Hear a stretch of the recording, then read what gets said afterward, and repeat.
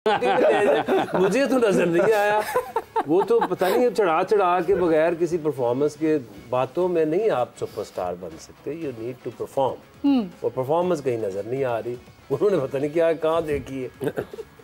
आतिफ साहब, अभी अहमद ने भी कहा है, उन्होंने कहा जी मैं आप किसी इन 6 टीमों की तरफ से नहीं खेलूंगा, तो आपको लगता है कि कहीं ना कहीं आप भी इसके जिम्मेदार हैं? नहीं देखिए, अहमद जो है हमारे मुल्क के बड़े स्टार रहे। अब मैं कैसे जिम्मेदार हो गया, बाकी 5 भी तो है। मेरा तो चलो प्लेयर डेवलपमेंट प्रोग्राम है, मेरे पास ओपनर फखर जमान है, ताहिर बेग है, हमारे प्लेयर डेवलपमेंट है, अब्दुल्ला शफीक है। सो ऑब्वियसली अब वो अगर ओपनर इनके प्री ओपनर तो कोई हो नहीं सकता। प्री ओपनर नहीं, पिछले साल कहाँ बैठे हो जगह ये मुझे देखे सिलेक्ट नहीं करते। लेकिन वो काफी दिल बर्दाश्त हुआ ना। अच्छा मेरी बात सुनिए, देखिए मेरी बात सुनिए, ये जो प्रोफेशनल वर्ल्ड है, अगर आपकी वैल्यू है तो लोग तो लोगों के प्लेयर तोड़ते फिर रहे हैं। तो अगर ये वैल्यूएबल हो तो इनको 6 की 6 टीमें जो है वो इनसे को नाराज है। किस बात से नाराज है ये? क्योंकि देखें अहमद शहजाद, उमर अकमल डे 1 से पहली PSL में ये प्लाटिनम प्लेयर्स थे। प्लाटिनम से आज ये सिल्वर से भी बाहर हो गए। इसका जिम्मेदार कौन है? ये खुद। बाकी क्यों नहीं हुए?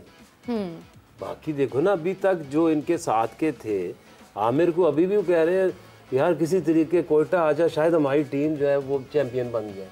कोई किसी को किधर ले जा रहा है, कोई किसी को। Shoaib Malik is the perfect example.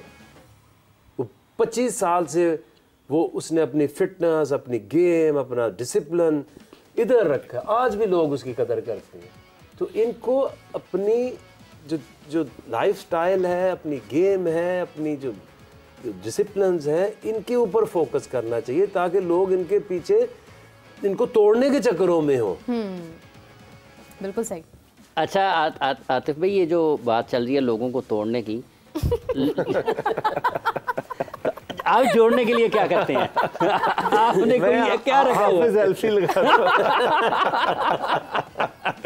देखिए बात यह है कि हमने शुरू में हमारा स्लोगन था दमादम मस्त, फिर हमारा पाया कलंदर दिल से, फिर मैं हूँ कलंदर दिल से, फिर कलंदर फैमिली, और इस दफा कलंदर ब्रदर्स। नहीं, बीच में वो भी तो है ना, सोचना भी मना है। वो सोचना भी मना तो लोग हम अपने लिए बात कर रहे थे। तो हम जब बात करते हैं कि फैमिली, तो एक टीम में तो कलंदर्स ब्रदर्स, इस दफा कलंदर्स ब्रदर्स।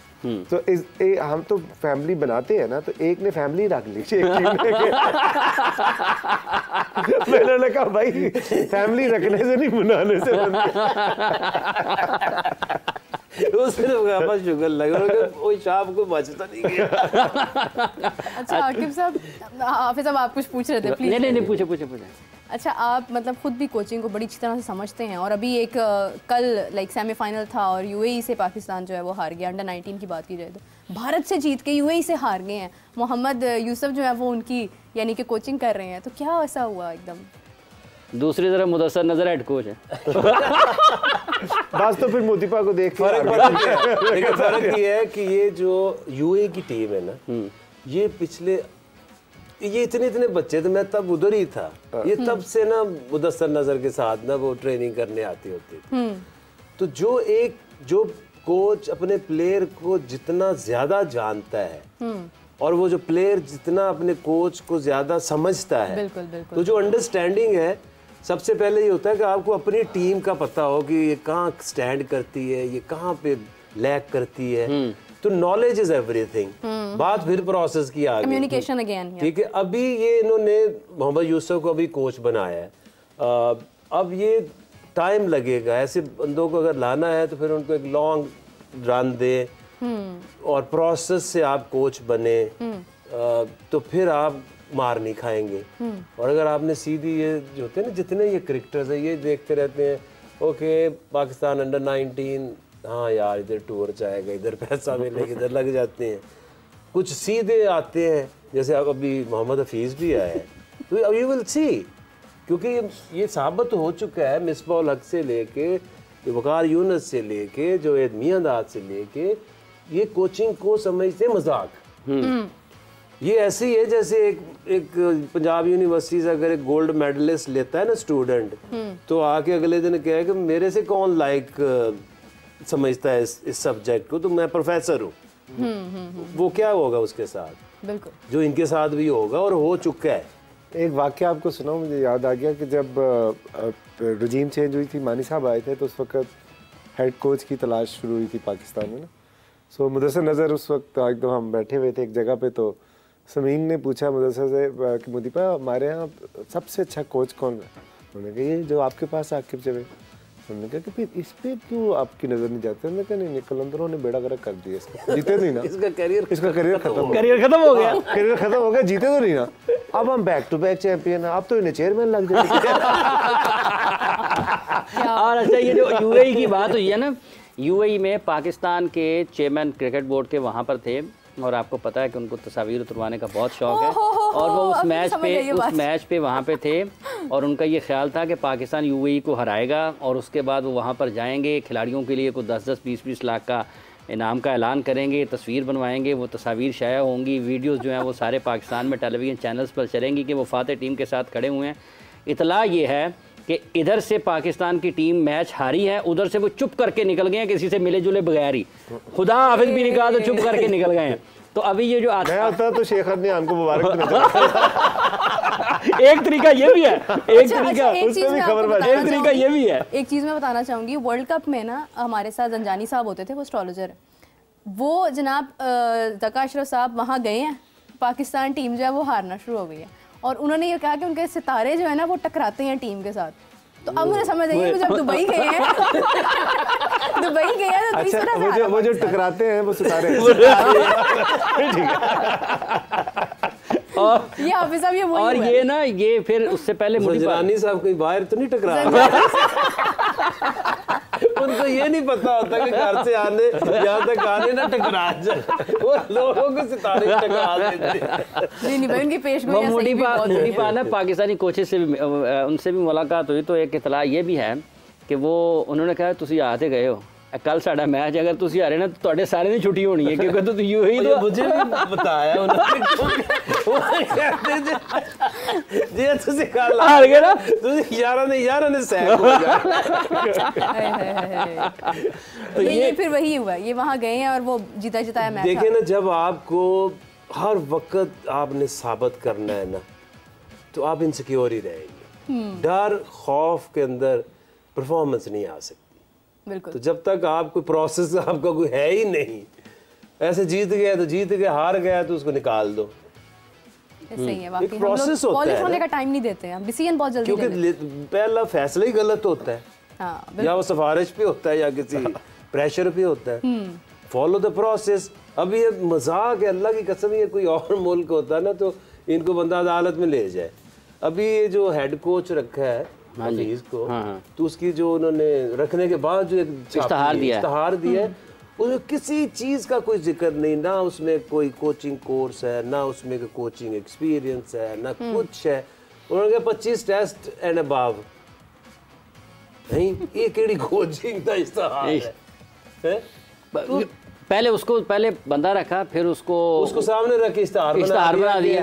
ये तो बिल्कुल ऐसे ही है जैसे कोई मुसव्विर तस्वीर बनाता है ना, तो कहते चलो जी इतने खड़े हो जाओ जनाब, मैं उन तुम्हारी तस्वीर बना रहा। बिल्कुल ऐसे ही है। आते साहब, तीसरा जो इस मरतबा एडिशन मुसलसल फतुहात की तरफ जा रहे हैं आप, आपको लगता है कि हैट्रिक हो जानी है?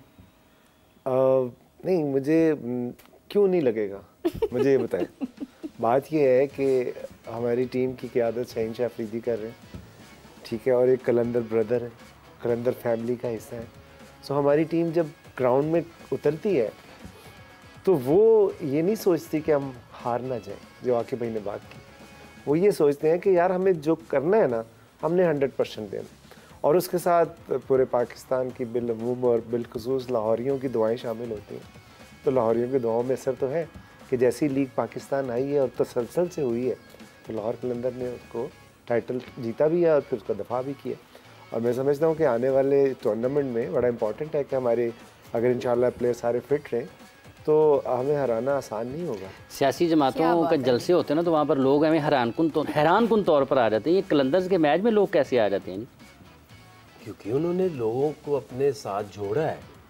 आप मुझे एक चीज़ बताएं, ये जो जमान खान है या हारिस रऊफ है, ये जितने प्लेयर्स हैं, क्या एक बंदा जब अभी जो मलिंगा हमारा वो आया झंग से लड़का है अब्बास, पूरा शहर जुड़ जाता है। आप तो किसी एक बंदे के लिए खड़े हो, उसको सपोर्ट करें, और आपकी फिर लोग दिल से इज्जत भी करते हैं और दुआ भी करते हैं और फिर आपको फॉलो भी करते हैं कि यार ये इस टीम को जीतना चाहिए। आप किसी के लिए कुछ करके तो देखो। बिल्कुल। तो जितना हमने, अगर आप देखें ना कि 5.5 लाख बच्चों के ट्रायल मीन्स 5.5 लाख खानदान। बिल्कुल सही। ठीक है, उसमें कई लोग जो जितने अभी तो जो नज़र आ रहे हैं इंटरनेशनल लेवल पे या PSL लेवल, कितने जिनकी जिंदगियां बदली हैं। जो इवन वो जो यासिर जान था वो ऑस्ट्रेलिया में जाके अभी बड़े लोगों 5 की, अभी जो खेल रहे हैं उधर जिम्बाब्वे में खेल रहे हैं, जो इतने ज़्यादा 200-300 बंदा है जो पूरी दुनिया में इधर न उधर कहीं ना कहीं अपनी ज़िंदगी गुजार रहे हैं, क्रिकेट खेल रहे हैं, US में जा चुके हैं। ऐसे तो जब आप लोगों के लिए कुछ करते हैं तो ये हो नहीं सकता कि वो लोग आपके साथ जुड़े। हाँ, आपको उसका आउटपुट ना, बिल्कुल बिल्कुल ऐसे ही है। नाज़रीन, इसी के साथ we are about to like sign out, और काफ़ी मज़ा आ रहा था, काफ़ी अच्छी गुफ्तगू थी। जाते जाते मुझे इतना सा बता दे, बाबर आजम की शादी होने वाली है कि नहीं? वो जो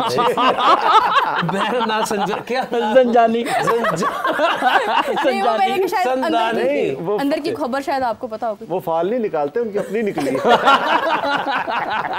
चलिए, ये तो है मजाक था। हाफिज साहब, आपका बहुत शुक्रिया, आपने अपना कीमती वक्त दिया। हमारा इतना अच्छा सा आज का प्रोग्राम गया, मुझे बहुत अच्छा लगा है।